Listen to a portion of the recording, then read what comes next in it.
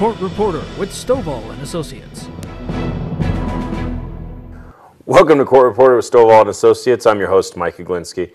Tonight's guest is newly elected Pahrump Town Board member, or say newly re-elected Town Board member, Bill Dolan. Been on the show quite a few times. Thanks for coming back. Thanks for having me. Really, tonight what I wanted to talk about is kind of what you see coming across, the agenda for the next couple of years. And one of the things I wanted to start with, and I don't really have to give too much of a bio on you because you're pretty well known around here. Somewhat controversial at times, I guess. You learn from your mistakes. That's right. But one of the things that I really wanted to address and just kind of get a handle on from your perspective is ballot question 2. Globally known, I guess, as the initiative to dissolve the town board or restructure it into like an advisory board. Where's your interpretation today on this? Well, that was an issue prior to me being elected back to the town board, and the lawyers have it, and it's involved in the court system. As far as I'm concerned, that's where it will remain until we have to deal with an issue with it or make a decision on it. We hire them for a reason. Right. And the acronym I use, I guess you could call it, it's, as far as I'm concerned right now, it's a raindrop in a rainstorm, as far as I'm concerned. We have 2 years under the NRS minimum to do the people's business in the town of Pahrump. As the current form of town board. As the current form of the unincorporated town board. Right.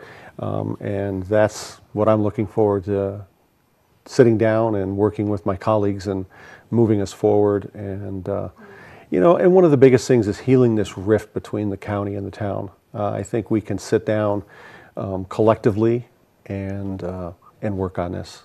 I think it's interesting, and I wonder if this would perpetuate more of a cohesive relationship between the two of them. We've seen a real change in the county commission as far as some of the long-standing commissioners not getting a re-election, and also a person like you actually coming back into the fold again, who's got some experience under his belt. And I kind of wonder if we're going to see kind of a new, or it's ushering in a new era of working together.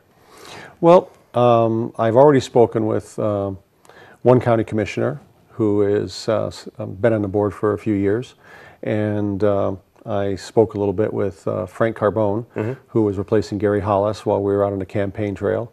And Frank seems like a very knowledgeable individual, and we've both mentioned about healing this void. So I look forward to working with the two of them, in particularly to, like I said, heal this void. That has to happen for this town and this county to move forward.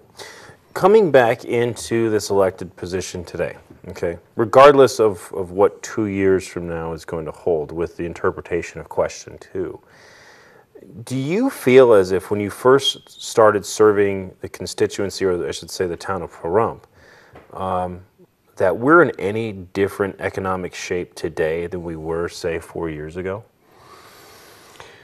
I would have to say yes. There have been some businesses that have closed down, but we have over 2,000 businesses in this town, everything from the large organizations as in Frontsight, the Raceway, Mountain Falls, some new restaurants. We have Jack Sanders opened up another winery, so we have two great wineries in the valley. So I see us moving forward to an extent.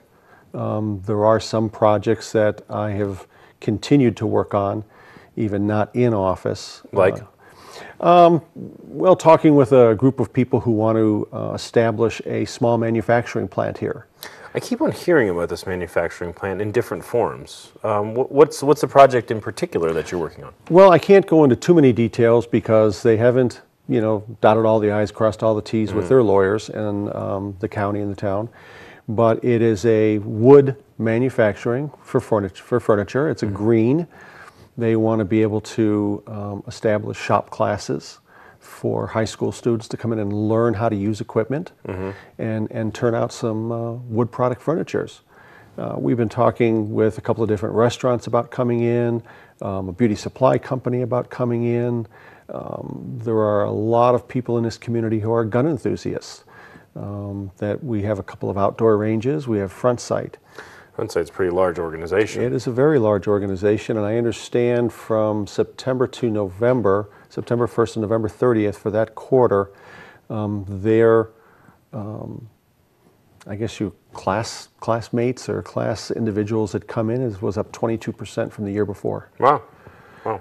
And this is all good numbers for our community, because these people come in, they stay here, they eat here, they get gas here, so they visit our businesses.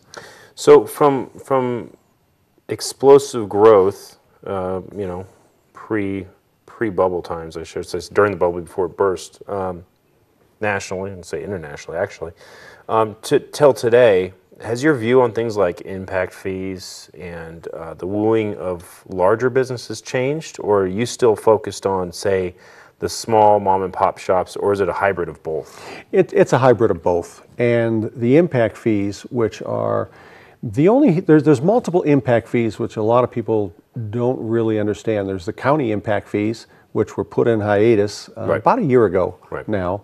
But the VEA, Valley Electric, and Utilities Inc. Impact fees still stand today, and those are some pretty substantial impact fees that are being levied against these firms, and that does have a lot to do with it. It's a very substantial fee, and talking to some local business owners and some of the more prominent ones. I mean, things like installations of specific lines and stuff running in the $50,000 to $60,000 range is just insane for a small business to be able to bear. Right, it is. Okay, well, we're going to take our first commercial break, and then we'll go into some of the plans that you have set up and talk through what we see happening in the future, okay? Sounds great. All right, we'll be right back after this commercial break.